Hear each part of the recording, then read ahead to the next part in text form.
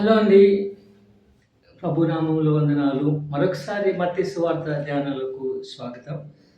మత్తయి సువార్త మొదటి అధ్యాయము 18-25 వచనాలలో ఈ భాగాన్ని మనము ధ్యానం చేద్దాము. మత్తయి సువార్తికుడు ఒక శ్రేష్టమైన టైటిల్‌ని తానే మన కోసము ఇస్తూ ఉన్నాడు. అదేమనంటే యేసుక్రీస్తు జనన విధం ఎట్లనగా.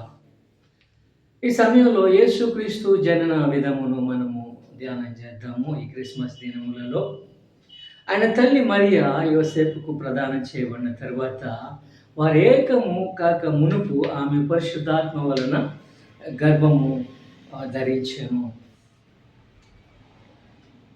ఆమె భర్త మత్తయి భక్తుడు మాటలలో మనం గమనించినట్లయితే యోసేపు నీతిమంతుడే ఆమెను బహిరంగంగా అవమానపరచనొల్లక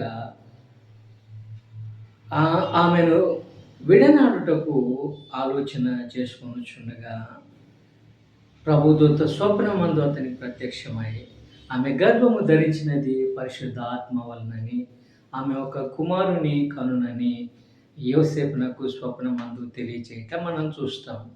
మత్తయి భక్తుడు ఎందుకని వివాహము కాక మునిపే యోసేపును మరియ తల్లి యొక్క భర్త అని అంటున్నాడు, ఎందుకు రహస్యంగా విడనాడను ఉద్దేశిస్తున్నాడు? ఈ మాటల యొక్క భావం మనం ఎరగాలంటే యూదు వివాహ వ్యవస్థను గురించి మనం తెలుసుకోవాలి. యూదు వివాహ వ్యవస్థలో 3 దశలు, 3 భాగాలు ఉంటాయి. ఒకటి ఎంగేజ్మెంట్, నిశ్చితార్థము. రెండవది ప్రధానము బెట్రోతల్. మూడవది వివాహ కార్యక్రమము, మ్యారేజ్ ప్రోపర్. నిశ్చయిత లేదా నిశ్చితార్థము ఒక్కొక్కసారి 2 కుటుంబాల మధ్య బిడ్డలు చిన్నవారిగా ఉన్నప్పుడే ఇరు కుటుంబాలు కూడా ఒకరి బిడ్డను ఒకరు ఇచ్చిపుచ్చుకుందాము అని చెప్పి ఆలోచన చేసేది నిశ్చితార్థం. అయితే వారు పెద్దవారైనప్పుడు ఈ నిశ్చితార్థాన్ని వారు నిశ్చయించుకోవాల్సి ఉంటుంది, వారు కన్ఫర్మ్ చేయాల్సి ఉంటుంది. లేకపోతే వారు వేరు వివాహాలు చేసుకోవచ్చు. రెండవది బెట్రోతల్. అయితే ఇది చాలా ప్రాముఖ్యమైనది. వివాహం అంతా పటిష్టమైనటువంటిది. ప్రదానం చేయబడిన తర్వాత ఆ భర్తకు లేదంటే ఆ ప్రదానం చేసుకున్న వ్యక్తికి భర్త యొక్క ధర్మము చేయవలసి ఉంటుంది, బాధ్యత తీసుకోవాల్సి ఉంటుంది. భర్త యొక్క హక్కులు లేకపోయినా సరే అది వివాహం అంత పటిష్టమైనది కాబట్టి ప్రధానము. ఒకవేళ అతడు ఆ ప్రధానం నుండి వెలుపలికి రావాలి అని అంటే పరిత్యాగ పత్రికనిచ్చి మరి రావాలనేది నాటి యొక్క ధర్మము, ధర్మశాస్త్రము. మూడవది వివాహ కార్యక్రమము, మ్యారేజ్ ప్రోపర్.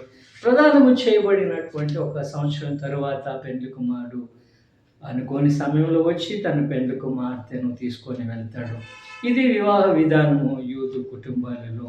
కాబట్టి ఇక్కడ యోసేపు ప్రదానము మాత్రము చేసుకొని ఉన్నాడు, వారు ఏకం కాలేదు. అయితే మరియ తల్లి గర్భము ధరించినదని అతడు ఎరిగినప్పుడు అతడు ఆందోళన చెందాడు. ఆమెను రహస్యంగా విడనాడాలని ఉద్దేశిస్తున్నాడు. ఆమెను అవమానపరచినట్లకి అతడు నీతిమంతుడు. ఆమెను అవమానపరచ అతడికి ఉద్దేశం లేదు.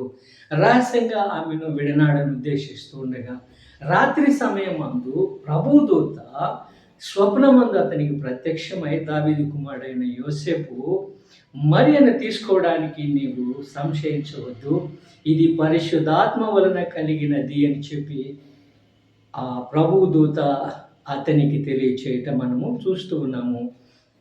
కాబట్టి దేవుని వాక్యం తెలియజేసే ఈ మాట, ఇది పరిశుద్ధాత్మ వలన అన్న మాట కూడా నేటి దినముల్లో అనేక మంది అపార్థము చేస్తూ ఉన్నట్లుగా మనం చూస్తూ ఉన్నాము.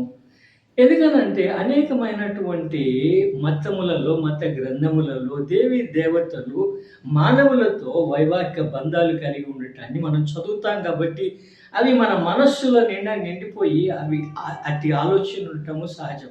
కానీ ఒకనాడు యేసు ప్రభు వద్దకు మత సంబంధమైన మనుషులు వచ్చి పరిత్యాగ పత్రికనిచ్చి భార్యను విడనాడవచ్చా అని అంటే ప్రభువారు సెలవిస్తూ ఒక మాట అని అంటారు, పరలోకంలో వైవాహిక బంధాలు ఉండవని, వారు దేవదూతల వలె ఉంటారని ప్రభు సూచిస్తారు, తెలియజేస్తారు. కాబట్టి ఈ మాటలు బట్టి మనం గమనించాల్సింది ఏమంటే పరలోకము వైవాహిక బంధాలకు, పరిశుద్ధుల వైవాహిక బంధాలకు అతీతమైనటువంటిది. అది అద్భుతమైనటువంటి చోటు, స్థలము.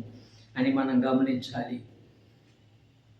కాబట్టి ఇప్పుడు పరిశుద్ధాత్మ వలన అన్న మాట యొక్క భావం ఏంటి అనంటే, దేవుని వాక్యము ఇంగ్లీష్ బైబిల్‌లో ఈ మాటకు అర్థం స్పష్టంగా మనకు అగుపడుతుంది.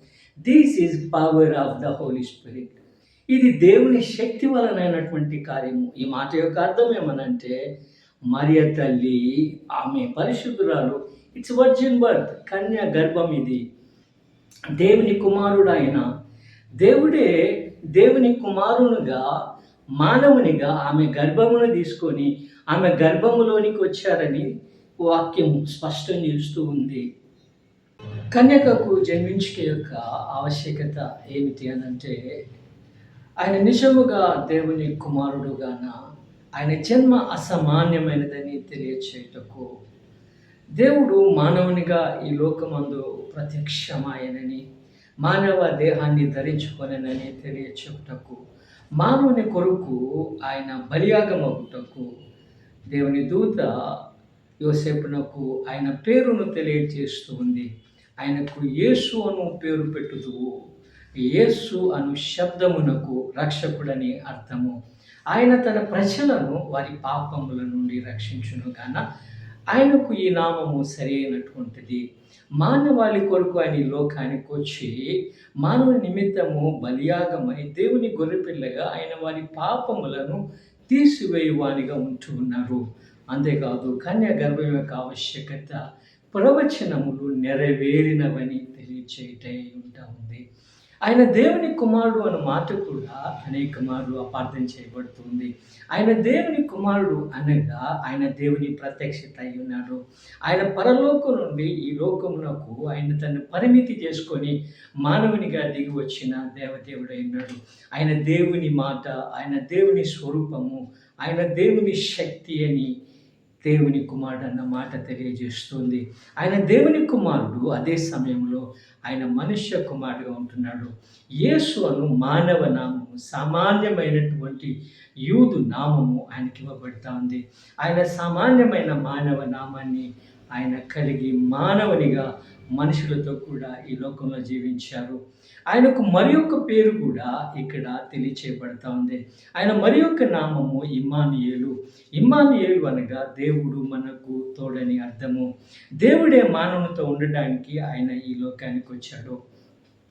తనతో ఉండడానికి దేవుడు మానవుని చేసుకున్నాడు. మానవుని చేసి ఆయన ఏదేను వనంలో తన ఇంట పెట్టుకున్నాడు. మానవుడు దేవుణ్ణి తోసివేసి దేవుని ఇంటి నుండి తొలగిపోయినప్పుడు మానవుని ఇంటికి ముండ్ల పొదల గచ్చ పొదల భూమి మీదికి మానవునితో కూడా ఉండటానికి దేవదేవుడే మానవునిగా ఈ లోకంలోనికి వచ్చాడు. ఆయన మనుషుల యొక్క పాపముల నుండి ఆయన విడిపించి మానవ పాపములకు ఆయన ప్రక్షాళన చేసి ఆయన పరలోకమునకు తన ఇంటికి తీసుకొని పోవాలని ఆయన ఉద్దేశిస్తున్నారు. ఏదేనులో మాత్రమే కాదు దేవుడు మానవునితోనున్నది. ఇశ్రాయేలు ప్రజల యొక్క అరణ్య యాత్రలో కూడా ఆయన ఇశ్రాయేలు ప్రజలతో ఉండడానికి ఆయన దిగి వచ్చాడు. పగలు మేఘస్తంభం, రాత్రి అగ్నిస్తంభమై ఆయన వారిని నడిపించాడు. ఇశ్రాయేలు ప్రజలు వారి గుడారాల మధ్య ఒక ప్రత్యేకమైన గుడారమును ఏర్పాటు చేసుకోవాలని, తను అందు నివసిస్తానని ప్రభు సెలవిచ్చారు. ఆ గుడారమునకు ప్రత్యక్ష గుడారం అని పేరు. అనగా దేవుడు ప్రత్యక్షపరుచుకొని చోటు, దేవుడు తన ప్రజలతో అది మాట్లాడే చోటు. It is a meeting place with his people. ఆయన తన ప్రజలను కలుసుకునే చోటు. అది పరిశుద్ధమైనటువంటి స్థలము, అది దేవుని సన్నిధి. మనుషులు దేవునితో మాట్లాడుటకు ఆ చోటుకు వారు రావచ్చు. ఇప్పుడు ప్రత్యక్ష గుడారము పరలోకం నుండి దిగి వచ్చినది ఆయన నిజమైన ప్రత్యక్ష గుడారం అంటున్నారు. కాబట్టి ఈ రీతిగా ఈ విషయాలు యోసేపునకు మర్మముగా దేవుని దూత తెలియచేస్తున్నారు. ఈ సంగతులన్నీ విన్నప్పుడు యోసేపు దేవుని వాక్యం అంటూ ఉంది, నిద్ర మేల్కొని ప్రభు తనకు ఆజ్ఞాపించిన ప్రకారము సమస్తము చేశాడంట. అతను నిద్ర మేల్కొని ప్రభు తనతో చెప్పినది చేశాడు. ఈనాడు మానవుడు కూడా నిద్ర మేల్కొని దేవుడు తనతో చెప్పినది, దేవుడు తన కొరకు చేసినది తెలుసుకొని తన కొరకు ఆయన చెప్పునది మానవుడు చేయాలని దేవుని వాక్యం సెలవిస్తూ ఉంది. God bless you.